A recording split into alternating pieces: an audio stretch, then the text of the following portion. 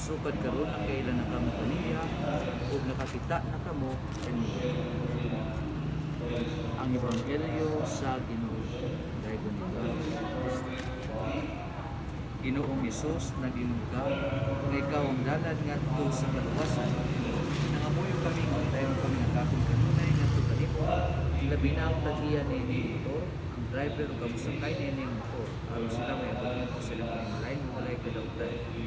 Atagi ang driver sa mga pinagkananaw ug nang manuna ug malasigon na pagalagan sa iyang sakay ang siya mga yamataw anak na maalagaron sa kakuliban.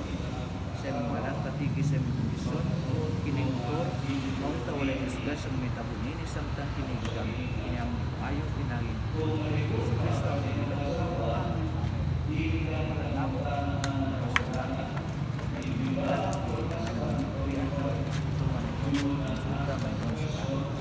namo sa matagataw yan sa kanamo karong tawa sa iyo kami sa mga kasi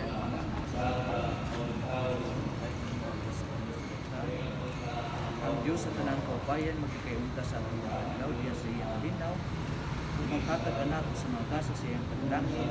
Amen. Sa ngalan sa